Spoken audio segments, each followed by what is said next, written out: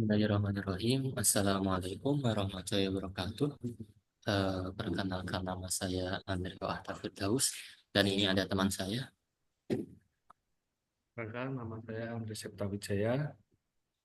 Oke, kami di sini sebagai mahasiswa di Universitas Dianuswantoro, Fakultas Ilmu Komunikasi dengan jurusan Sistem Informasi. Pada kesempatan kali ini kami akan mempresentasikan mengenai tugas UAS Project implementasi arsitektur enterprise. Sebagai objek kami adalah yaitu perancangan arsitektur enterprise pada lintas Nusantara Perdana berbasis website dengan kerangka kerja toga. Oke, selanjutnya. Oke. Di sini yang pertama kami mempresentasikan mengenai preliminary pass. Preliminary pass di sini adalah merupakan tahap awal dalam suatu proses atau proyek di mana perencanaan serta persiapan yang dilakukan sebelum pekerjaan utama dimulai. Jadi pada fase ini kita biasanya mengidentifikasikan tujuan serta mengumpulkan informasi, menetapkan tim, dan merencanakan langkah-langkah selanjutnya yang berguna untuk memastikan proyek ini dapat berjalan dengan lancar. Next. Oke, di sini ada tabel prinsip katalog. Yang di sini ada kurang lebih ada 6 prinsip. Di sini juga tertera tujuannya. Yang pertama adalah keputusan arsitektur harus sesuai dengan tujuan dan aktivitas LNP. Tujuannya yaitu untuk memastikan keselarasan strategi teknologi dan selanjutnya bisa dilihat di sini. Yang kedua ada prinsip arsitektur harus mendukung integrasi antar unit dalam pengolahan data dan selanjutnya ada data harus mudah diakses dan tersedia kapan saja jadi secara real time. Kemudian ada sistem informasi harus aman dari akses pihak yang tidak berwenang dan selanjutnya ada arsitektur teknologi harus user friendly bagi semua pengguna. Dan yang terakhir ada prinsip arsitektur yang dikembangkan harus fleksibel untuk mengikuti perkembangan kebutuhan bisnis. Tujuannya ada di sampingnya. Oke, kemudian ada prinsip selanjutnya yaitu aplikasi yang dirancang harus saling terintegrasi. Kemudian prinsip selanjutnya ada sistem arsitektur harus dirancang dengan mendukung peningkatan produktivitas. Selanjutnya ada proses pengolahan data dan sistem harus efisiensi serta mudah digunakan. Untuk tujuannya bisa tertera di sampingnya. Oke, selanjutnya di sini identifikasi 5W dan 1H. Yang pertama, buat deskripsinya ada objek, ruang lingkup usaha arsitektur perusahaan nanti, kemudian ada deskripsi, kemudian ada kiriman.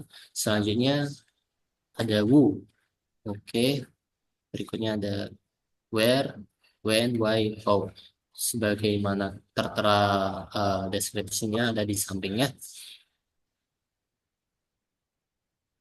Oke, selanjutnya ada bagian isu organisasi. Nah, yang pertama tuh ada aktivitas pengolahan data karyawan. Masalahnya tuh ada seperti tidak adanya sistem manajemen data, karyawan yang terintegrasi. Selanjutnya ada bagian deskripsinya mengakibatkan kesulitan dalam pencarian serta pengolahan data dan lain sebagainya. Jadi di sini dijelaskan isu-isu organisasi, ada pelayanan pelanggan, nanti ada manajemen logistik untuk masalahnya serta deskripsinya ada sudah tertera pada tabel.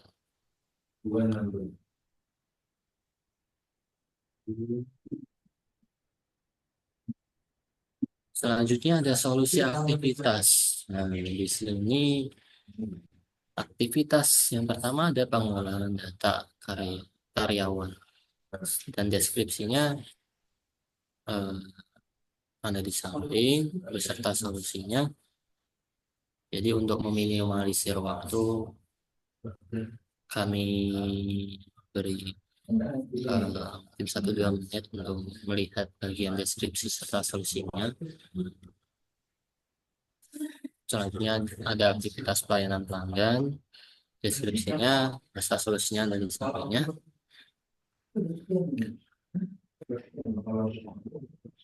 Oke, selanjutnya ada aktivitas pengolahan data karyawan.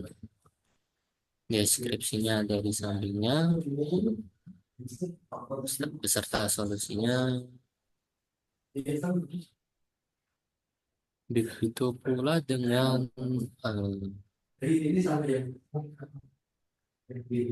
aktivitas yang tadi. Oke, selanjutnya ada solusi sistem informasi. Nah, di sini yang pertama ada integrasi data antara cabang. Untuk deskripsinya, solusinya ada tertera di samping. Selain aktivitas integrasi data antar cabang, selanjutnya ada aktivitas manajemen pelanggan. Kemudian ada aktivitas keamanan sistem IT. Oke, untuk deskripsinya beserta solusinya ada di sampingnya. Wah, aku udah. Selanjutnya, rekrutmen manajemen. Rekrutmen manajemen adalah proses mengidentifikasi, mendokumentasi, melacak, dan mengelola kebutuhan dan persyaratan dalam suatu proyek. Ini memastikan semua kebutuhan pemangku kepentingan terpenuhi, mengatur perubahan persyaratan dengan baik, dan mengkomunikasikan persyaratan secara jelas kepada tim proyek. Dalam metode TOGAF ADM, The Open Group Architecture Framework, Architecture Development Method, rekrutmen manajemen adalah bagian integral dari setiap fase ADM, memastikan kebutuhan dan persyaratan dikelola secara konsisten sepanjang siklus hidup arsitektur. Nah, di sini ada proses bisnis yang sedang berjalan, bagian penerimaan order. Selanjutnya, proses bisnis yang sedang berjalan, bagian gudang dan sortasi. Lalu berikutnya ada proses bisnis yang sedang berjalan, bagian pengiriman. Selanjutnya, proses bisnis yang sedang berjalan, bagian penerimaan akhir. Serta yang terakhir, proses bisnis yang sedang berjalan, bagian penagihan dan pelaporan. Selanjutnya, ada arsitektur vision. Yang pertama ada profil company. PT Lintas Nusantara Perdana adalah perusahaan jasa transportasi yang berfokus pada layanan pengiriman barang. Dengan menggunakan moda transportasi kereta api, perusahaan ini telah membuka cabang 100 kota yang tersebar di seluruh Pulau Jawa hingga Bali. Mereka menawarkan layanan unggulan 1 hari sampai yang dirancang untuk memberikan kepuasan maksimal kepada pelanggan. Selain pengiriman melalui kereta api, PT Lintas Nusantara Perdana juga menyediakan layanan pengiriman melalui udara ke seluruh Indonesia. Untuk pengiriman ke wilayah lain seperti Kalimantan, Sulawesi, NTT, Ambon, dan Papua, mereka menawarkan pengiriman via laut. Dan berbagai opsi pengiriman ini, PT Lintas Nusantara Perdana berkomitmen untuk memenuhi kebutuhan pengiriman barang pelanggan dengan efisien dan tepat waktu. Selanjutnya di sini ada visi menjadi perusahaan ekspedisi handal yang terpercaya tersebar di kota-kota besar maupun kecil seluruh pelosok Nusantara memberikan kontribusi untuk kemajuan bangsa Indonesia. Selanjutnya misinya pelayanan maksimal demi kepuasan pelanggan, jaminan sosial terhadap lingkungan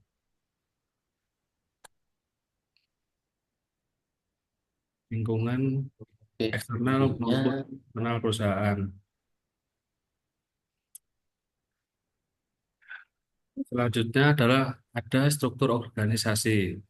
Untuk rancangan struktur organisasi usulan saat ini tidak diperlakukan disebabkan struktur yang sekarang sudah cukup baik.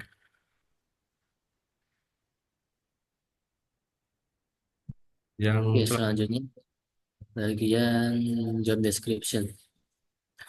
Nah, di sini ada tugas dari masing-masing pemangku jabatan. Pertama ada manager direction, dia bertanggung jawab atas pengambilan keputusan strategis dalam lingkup perusahaan. Kemudian ada executive director. Dia berguna untuk mengawasi operasional perusahaan sehari-hari dan memastikan bahwa departemen bekerja sesuai dengan tujuan perusahaan. Oke, selanjutnya ada head secretary. Nah, pada kali ini dia bertugas untuk mendukung eksekutif direktur dengan tugas administratif yang berguna mengatur jadwal serta mengolah komunikasi internal dan eksternal. Selanjutnya ada technical advisor. Dia memberikan saran teknis dan juga keahlian kepada eksekutif direktur serta departemen lain yang berguna untuk mendukung keputusan strategis dan operasional. Selanjutnya ada Program Management Office, SR Manager. Pada job kali ini berfungsi untuk mengelola proyek-proyek perusahaan, memastikan proyek berjalan sesuai jadwal, anggaran, serta standar kualitas yang sudah tertera. Oke, next. Berikutnya ada Logistik and Cargo Director. Nah, di sini berguna untuk mengawasi operasi logistik serta pengiriman barang perusahaan. Kemudian ada Research and Human Capital Director yang berguna untuk mengelola penelitian dan mengembangkan serta sumber SDM ya, termasuk itu rekrutmen, pelatihan, dan pengembangan karyawan. Selanjutnya ada Finance Director yang bertanggung jawab atas manajemen keuangan perusahaan, termasuk perencanaan anggaran, pelaporan keuangan, dan pengendalian biaya. Selanjutnya ada Information Technology Director. Di sini berguna untuk mengawasi infrastruktur teknologi informasi perusahaan, memastikan bahwa keamanan data dan mendukung kebutuhan teknologi operasional. Selanjutnya ada bagian marketing director. Di sini berfungsi untuk mengelola strategi pemasaran perusahaan, termasuk periklanan, promosi, hubungan antar pelanggan, dan untuk meningkatkan penjualan serta brand awareness. Oke, next. Selanjutnya di sini tersedia gambar dari valuation. Bagian support ada dari support activities maupun primary activities. Jadi tertera di sini sekiranya cukup jelas. Oke, next. Nah, pada kali ini berikutnya ini adalah deskripsi dari valuation. Yang pertama ada primary activity, yang pertama ada inbound logistik. Nah, yang berfungsi untuk menerima pesanan pelanggan dan barang yang akan dikirim. Kemudian ada verifikasi informasi pengirim serta penginputan dalam sistemnya. Yang kedua ada operation, melakukan sortasi barang di gudang berdasarkan jenis-jenis wilayah serta memberikan nomor resi untuk mempermudah pelacakan. Selanjutnya ada bagian outbound logistik, mengatur jadwal pengiriman barang berdasarkan lokasi layanan serta mengirimkan barang ke pelanggan melalui tim distribusi. Selanjutnya ada bagian marketing and sales. Dia melakukan promosi layanan kepada pelanggan melalui integrasi CRM untuk meningkatkan target pasar. Selanjutnya ada service, yaitu memberikan layanan pelacakan pengiriman secara real time dan menyediakan bukti pengiriman kepada pelanggan melalui informasi elektronik. Oke, next. Nah, di sini ada bagian support activities atau aktivitas pendukung. Yang pertama ada frame infrastruktur. Di sini berfungsi untuk digitalisasi proses bisnis yang berguna untuk efisiensi dan transparansi, serta implementasi sistem informasi yang terintegrasi.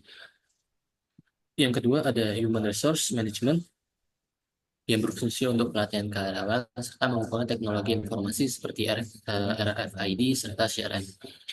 Kemudian yang ketiga ada bagian teknologi development, penggunaan teknologi RFID untuk manajemen inventaris, pengembangan sistem otomatisasi serta faktur dan pelaporan.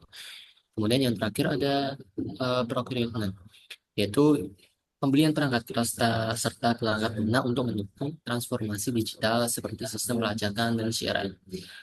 Oke, next. Nah, pelatihan usulan yang diperlukan oleh LNP. Yang pertama ada pelatihan proposal training. Ada pelatihan internal yaitu meliputi pelatihan manajemen, kepemimpinan, kemudian ada pelatihan teknis bagi staf, pelayanan pelanggan bagi agen-agen dan koordinator dukungan. Kemudian ada pelatihan eksternal yaitu workshop keamanan serta efisiensi transportasi bagi mitra pengemudi. Kemudian ada pelatihan teknologi terbaru seperti staf IT dan operasional. Kemudian ada program pengembangan keterampilan manajemen bagi staf operasional. Oke, next. Nah, tujuan perancangan LNP berbasis web di sini, LNP berbasis web dirancang yang bertujuan di mana untuk eh, meningkatkan kemudahan akses bagi anggota serta melakukan transaksi simpan pinjam secara online. Dengan sistem ini, anggota dapat mengakses layanan kapan saja secara time dan juga dimanapun tempatnya tanpa harus terkendala tempat maupun waktu. Oke, selanjutnya di sini fase B yaitu Business Architecture pada LNP. Oke, next. Pertama ada pemetaan layanan bisnis, proses bisnis dan fungsi bisnis. Berikut ini adalah layanan proses bisnis dari LNP Indonesia. Ada dua, yaitu pelayanan publik dan pelayanan sebelumnya bisa dibalik. Oke, ada pelayanan operasional. Selanjutnya, yang kedua ada proses bisnis. Nah, pertama ada pelayanan publik, yaitu di mana menjelaskan layanan bisnis yang berkaitan dengan pelanggan umum dilintas di LNP. Jadi LNP memiliki beberapa proses bisnis seperti pengiriman paket, reguler, kemudian ada pengiriman kilat, pengiriman internasional, dan layanan tracking paket. Yang kedua ada proses operasional, yang di mana di sini menjelaskan layanan proses operasional inti yang terjadi di LNP. Oke, proses ini mencakup tahap pengiriman paket dari awal hingga selesai, kemudian ada meliputi penerimaan paket, proses distribusi gudang, dan lainnya. Oke, next. Selanjutnya, yang ketiga fungsi bisnis. Yang pertama, pengiriman paket reguler. Pengiriman paket reguler, layanan pengiriman paket reguler menjelaskan proses pengirimnya paket standar yang ditujukan untuk memenuhi kebutuhan pelanggan dalam pengiriman domestik. Proses bisnis ini meliputi pendaftaran tiket, pengemasan dan pengumuman tiket, distribusi dan pengiriman, serta penerimaan paket. Selanjutnya, yang B, pengiriman paket, pengiriman kilat. Pengiriman kilat merupakan layanan pengiriman dengan waktu yang tempuh lebih cepat dibanding layanan reguler. Fokusnya adalah memberikan efisiensi waktu bagi pelanggan. Proses ini meliputi registrasi prioritas, penanganan cepat di gudang, pengiriman prioritas, serta konfirmasi cepat pengiriman. Yang ketiga, yang C, pengiriman internasional. Layanan pengiriman internasional menjelaskan layanan pengiriman lintas negara yang disediakan oleh LNP untuk pelanggan dengan kebutuhan global. Proses ini melibatkan pendaftaran dan dokumen internasional, pengurusan kepabeanan, distribusi lintas negara, penerimaan di negara tujuan. Dan yang D, layanan tracking paket bertujuan untuk memberikan transparansi kepada pelanggan mengenai status pengiriman paket.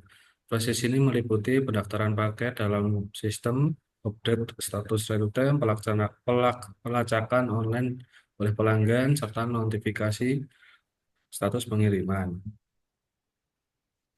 Yang selanjutnya,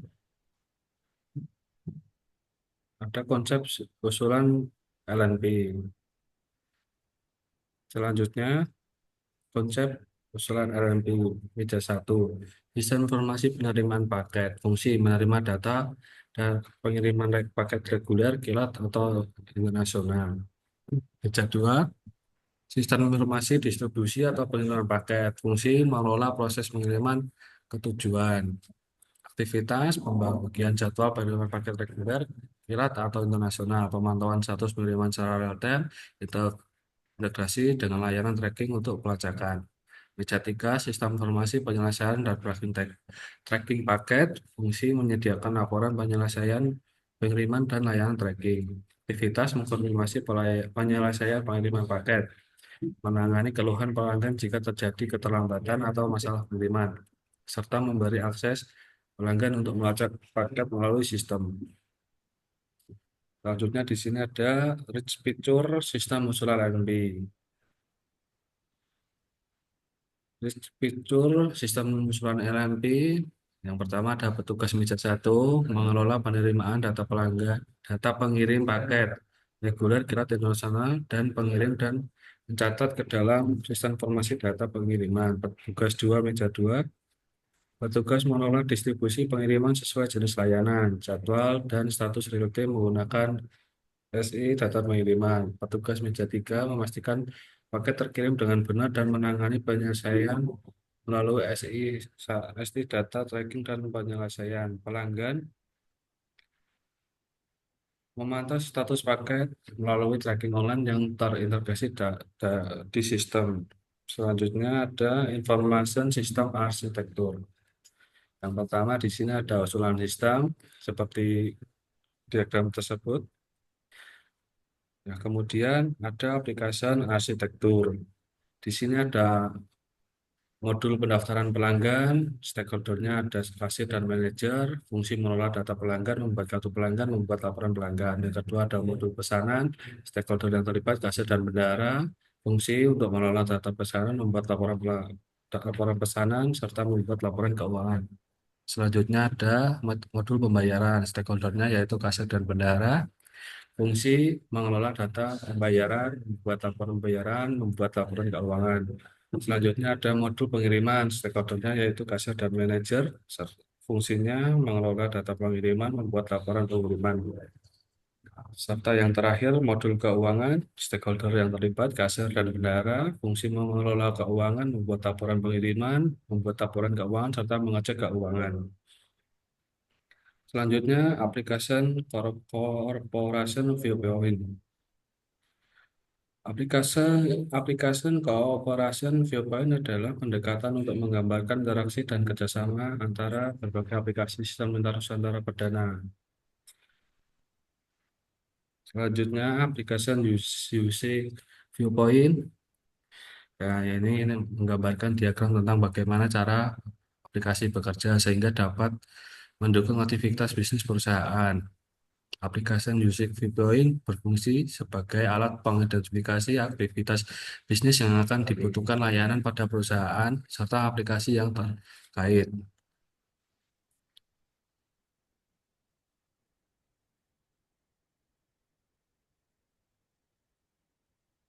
Ayo, Cak. Cak.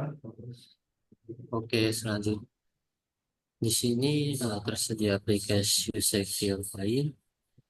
Nah, pada kali ini berikutnya ada gambaran dari viewpoint pengiriman order ya. Bisa dilihat.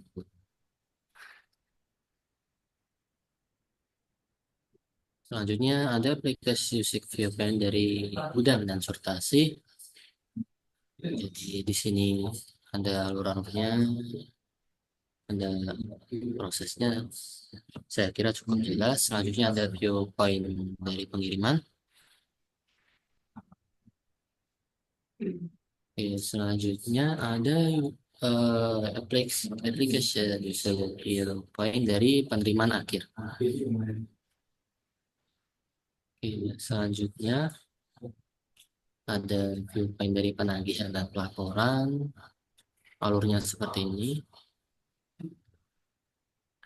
Oke, selanjutnya ada information structure viewpoint. Nah, jadi pada kali ini tuh berguna untuk menjabarkan mengenai visualisasi serta struktur informasi yang digunakan pada aplikasi dan aktivitas bisnis perusahaan. Information structure viewpoint dapat memberikan informasi untuk aktivitas bisnis menggunakan infrastruktur teknologi database di dalam aplikasi. Oke, selanjutnya. Nah, di sini adalah tampilan dari application struktur viewpoint. Itu bisa dilihat. Oke, selanjutnya ada application struktur VPN. Di sini itu berfungsi untuk mendesain serta memahami struktur utama dari suatu aplikasi atau komponen dengan data serta yang dapat digunakan untuk pembuatan struktur rincian kerja dalam membangun suatu sistem pada enterprise architecture. Oke, next. Nah, berikut ini adalah tampilan desainnya. Ada bagian modul-modulnya, eh, penyerahan paket, kemudian selanjutnya ada bagian gudang dan substansi, ada bagian pengiriman, penerimaan akhir, dan penagihan dan laporan. Mungkin sekiranya cukup jelas. Oke, next. Yang selanjutnya, teknologi arsitektur. Yang di sini ada aplikasi user viewpoint, teknologi jaringan saat ini, seperti gambar tersebut. Selanjutnya ada aplikasi user viewpoint, teknologi usulan, lalu opportunities and solution. Yang pertama ada analisa gap arsitektur bisnis. Yang di sini ada exciting, digitalisasi layanan, ekspansi jangkauan, otomatisasi operasional, kepuasan pelanggan. Selanjutnya ada analisa gap arsitektur informasi, sama seperti yang tadi. Yang bagian ini teknologi. Dan selanjutnya migrasi planning. Di sini adalah diagram dari migrasi planning. Selanjutnya migrasi planning lintas Nusantara Perdana, pengiriman, gudang dan sortasi, pelaporan dan penagihan. Selanjutnya ada implementation governance LNP.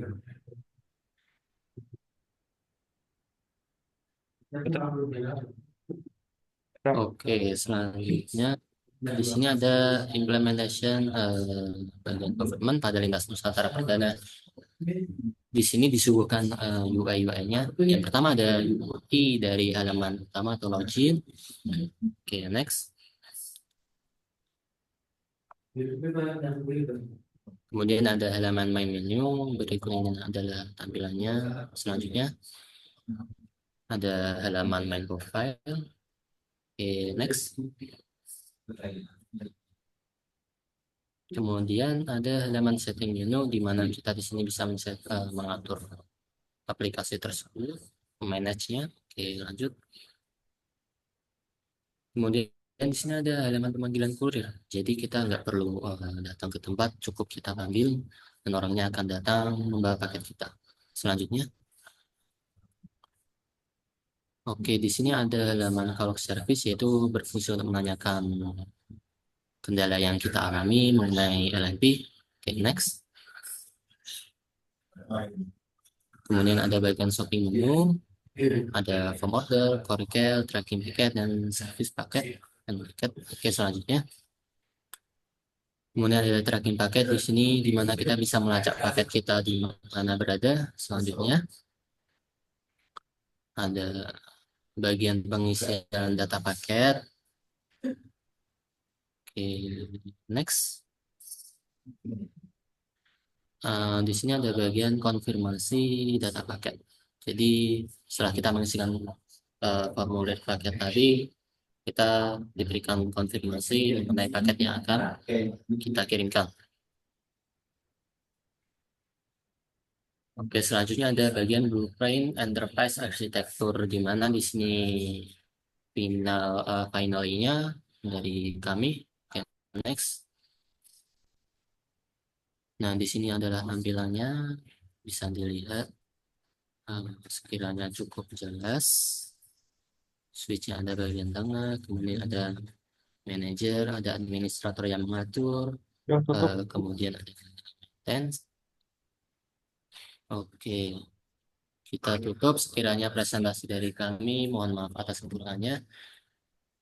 Terima kasih atas perhatiannya. Wassalamualaikum warahmatullahi wabarakatuh. Waalaikumsalam warahmatullahi wabarakatuh.